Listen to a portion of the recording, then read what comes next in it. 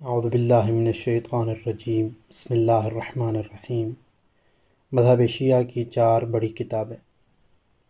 الکافی، اس کتاب کے مؤلف ابو جعفر محمد بن یعقوب کلینی الرازی ہیں۔ اس کتاب کو 3 حصوں میں تقسیم کیا گیا ہے، جن میں اصول کافی، فروع کافی اور روضہ کافی شامل ہیں۔ اس کتاب کا مشہور ترین حصہ اصول کافی ہے۔ من لا يحضرہ الفقیہ، اس کتاب کو شیخ صدوق علیہ الرحمہ نے تالیف کیا ہے۔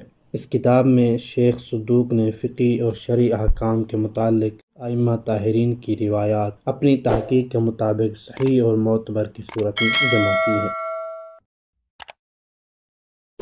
تہذیب الاحکام، اس کتاب کو شیخ طوسی علیہ الرحمہ نے تالیف کیا ہے۔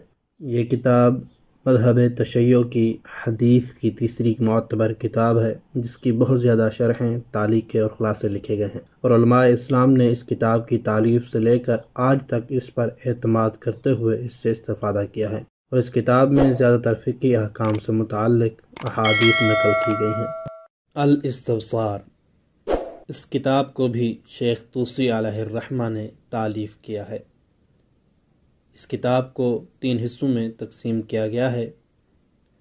پہلا اور دوسرا حصہ عبادات کے متعلق ہے، جبکہ تیسرا حصہ فقہی احکام کے متعلق ہے۔